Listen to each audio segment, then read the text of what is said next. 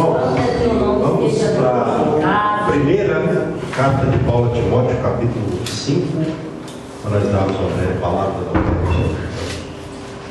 Primeira de Paulo a Timóteo, capítulo 5, versículo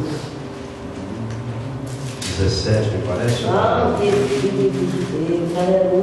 Glória ao teu nome, Pai amado, Pai querido. Versículo 17 diz assim: os irmãos podem ficar sentados. Devem ser considerados merecedores de dobrados honorários os presbíteros que presidem bem, com especialidade os que se afadigam na palavra e no ensino. Pois a Escritura declara: não amordaces o boi quando pisa o trigo, e ainda o trabalhador é digno do seu salário. Então, irmãos, existe uma questão, hoje em dia tem muita aquela questão assim: por causa do testemunho mal dado de muitos líderes, então isso acabou criando um pensamento na sociedade, principalmente as pessoas que não conhecem a Bíblia, de que está errado contribuir com a igreja, a liderança toda ela está corrompida. Esse tipo de pensamento acaba, porque esse tipo de pensamento, infelizmente, tem mais facilidade para ter acesso ao coração das pessoas do que a verdade. Alguém disse assim: enquanto a mentira já deu uma volta no mundo, é um provérbio, a verdade ainda está calçando as suas sandálias. Entendeu? Porque a mentira ela corre mais rápido, o boato, a fofoca, isso é uma coisa infelizmente que acontece. Então, aqui fala que os presbíteros, aqui qualquer nível, cabe a pastores, aqueles que estão na direção, eles devem ser considerados merecedores de dobrados honorários, Então, isso é bíblico. Quem é o autor dessas palavras, dessa carta? O apóstolo Paulo. Interessante que o apóstolo Paulo, muitas vezes, ele abria mão do direito que ele tinha, de usar o dinheiro da obra para não ser pesado aos irmãos. Mas ele mesmo, que fazia isso muitas vezes, ele foi o autor dessas palavras e disse que o obreiro é digno do seu. Os presbíteros que presidem bem. Ele deixa claro, não é qualquer dinheiro. O líder que preside bem, com especialidade aqueles presbíteros que se afadigam na palavra e no ensino. Ou seja, aquelas pessoas que procuram tirar da palavra o que a palavra ela transmite para passar para o público, para a igreja, de uma forma em que a igreja vai entender, absorver. Então, essa é a função de um líder também, não é? Porque, por exemplo, as pessoas, elas devem conhecer a palavra. Rapidamente, aqui eu estou no tempo, Vai para Malaquias, se você puder, e a gente já vai voltar para cá de novo, tá bom? Para você entender o que eu quero dizer aqui e deixar a Bíblia falar para você. Malaquias, deixa eu dar uma olhada aqui no capítulo. Vocês vão entender. Capítulo de número 2, versículo 7. Olha só. Malaquias 2, 7 diz assim: porque os lábios do sacerdote devem guardar o conhecimento, e da sua boca devem os homens procurar a instrução, porque ele é mensageiro do Senhor dos Exércitos. Então, assim como era uma função do sacerdote ensinar, também é de qualquer líder, porque todo líder hoje é um tipo de sacerdote, certo? Então, ele tem que fazer esse trabalho de examinar a palavra e passar para a igreja de uma forma em que a igreja vai compreender. E não é questão, porque, por exemplo, quando é um pregador, o pregador preocupa-se com o quê? Em pregar a mensagem do jeito que ele leu, estudou lá, Agora, um líder que eu estou falando assim, local, esse trabalha com pessoas. Então ele tem o dever de desenvolver uma igreja, de fazer a igreja aprender da melhor maneira possível, procurar compreender a maneira de como ele vai falar, para que a igreja entenda. não falar numa linguagem que assim seja além ou fique aquém, mas do jeito da igreja local que ele está juntamente com os irmãos. Então isso faz parte de um líder que preside bem. E quando ele fala aqui, ó, com especialidade os que se afadigam na palavra e no ensino, porque, irmãos, a pessoa lê a Bíblia para Deus falar com ela, para ela ser salva. Isso Deus fala com qualquer pessoa, estou falando disso. Mas aqui, o que ele fala aqui o apóstolo Paulo? Com especialidade os que se afadigam na palavra e no ensino. Porque quando você vai para a Bíblia para poder realmente estudá-la, para poder, como eu estou falando, passar para a igreja, quem tem que fazer isso aí? Esse processo? O líder. É o pregador. E às vezes fadiga, porque tem coisa na Bíblia que é de difícil interpretação. Constantemente o pastor tem que estudar. Tem que estudar para ele não esquecer a própria Bíblia e para ele estar sempre aprimorando o seu conhecimento. Então, ele larga de fazer muitas coisas para dedicar. Para um pastor dedicado, o culto é o resultado de um processo dele. Quando ele chega aqui com a palavra, normalmente, porque ele já esmiuçou ali em casa, já estudou e também recebeu do Espírito Santo aquilo que o Espírito Santo quer que ele fale, não é só o que ele está estudando, é na direção do Espírito. Então, o culto para o líder é o resultado de um processo de... É isso que Paulo está falando aqui, não é?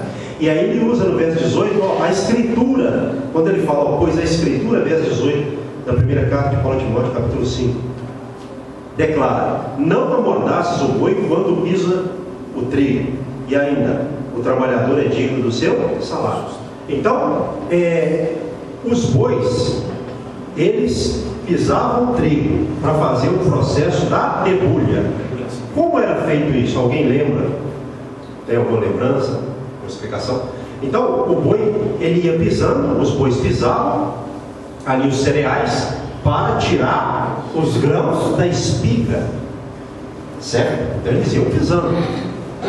Havia alguns processos de debulha. Esse era um, onde os bois pisavam. Eles ficavam rodando ali num local preparado, né?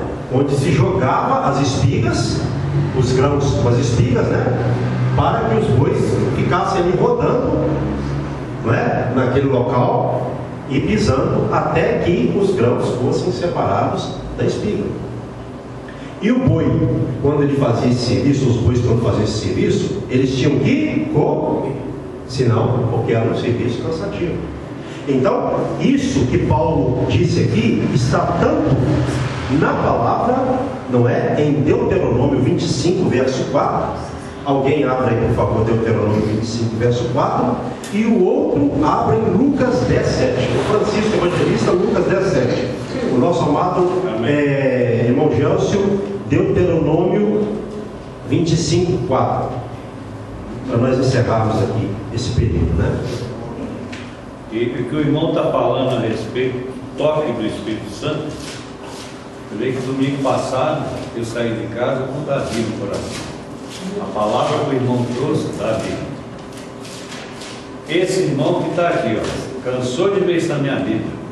Quantas e quantas vezes ele estava do meu lado e falava assim, já está marcado, você lembra?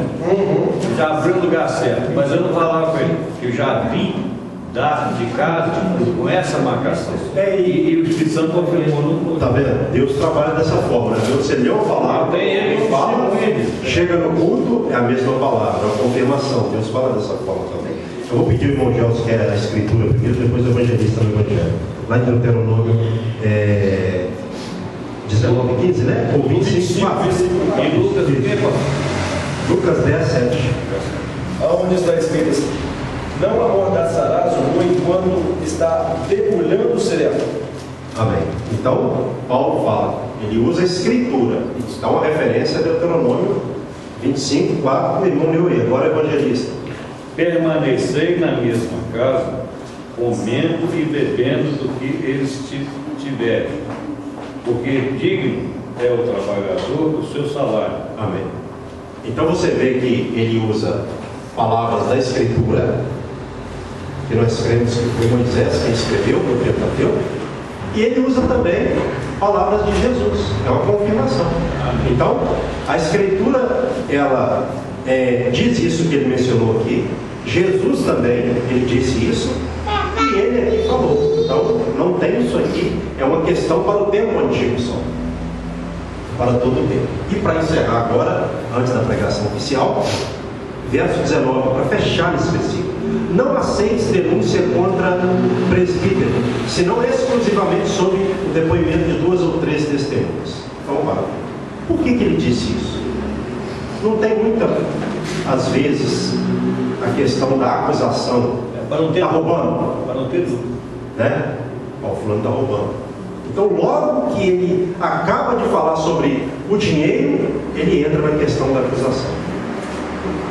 Então, uma acusação, ela tem que ter 2 ou 3 testemunhas, para que toda palavra seja confirmada. É lógico que as pessoas não fazem isso, porque às vezes é um só que viu, e se chamar outro não vai querer vir outras pessoas, né? Mas é o certo isso, porque dependendo da denúncia, ela é grave, ela pode se tornar até uma contenda. Então a gente tem que vigiar com o que a gente ouve. De repente alguém fala assim para você, usando, né, um exemplo direto: o pastor Vinícius está roubando. Aí tem pessoa que é fraca de cabeça, né? Principalmente hoje com as redes sociais, ventilando fofoca e coisa do inimigo direto, né? Aí a pessoa vai e acredita na igreja. E às vezes até sai da igreja. E às vezes o pastor não está roubando, mas ele ouviu alguém que denunciou algo sem testemunha e é antibíblico. Então tem muita coisa que acontece, que as pessoas às vezes têm pensamentos. A igreja tem que aprender uma coisa: entre o que nós pensamos e o que está escrito, pode haver um espaço muito grande, e a gente tem que ter cuidado com isso. A mente do ser humano, ela pensa muito, às vezes ela é até fantasiosa, mas a gente tem que ir para onde? Para ver se algo está certo ou errado a informação. Qual que é a base para a gente avaliar uma profecia, uma mensagem, o tipo de denúncia? É a palavra. Amém. Então sempre faça da palavra o seu livro de consulta, para que você esteja baseando-se na palavra, e aí sim Deus vai te honrar. Porque tem coisa que parece que é verdade, mas não é. Bem? Senhor nosso Deus e Pai, eu agradeço por cada irmão que tem contribuído, meu Pai, com a obra do Senhor. O Senhor tem abençoado, tem prosperado. Que o Senhor continue prosperando toda a igreja, para que todos gozem, meu Pai, a prosperidade do Senhor, para que haja para todos da tua santa prosperidade. Em nome de Jesus eu oro e os abençoo. Amém. E graças a Deus. Amém? Se alguém tiver trazido a sua contribuição, pode colocar no gasofilaço. Se você também não trouxe, pode ficar à vontade. Amém?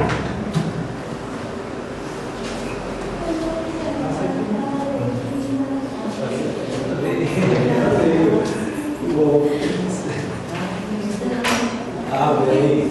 Parabéns.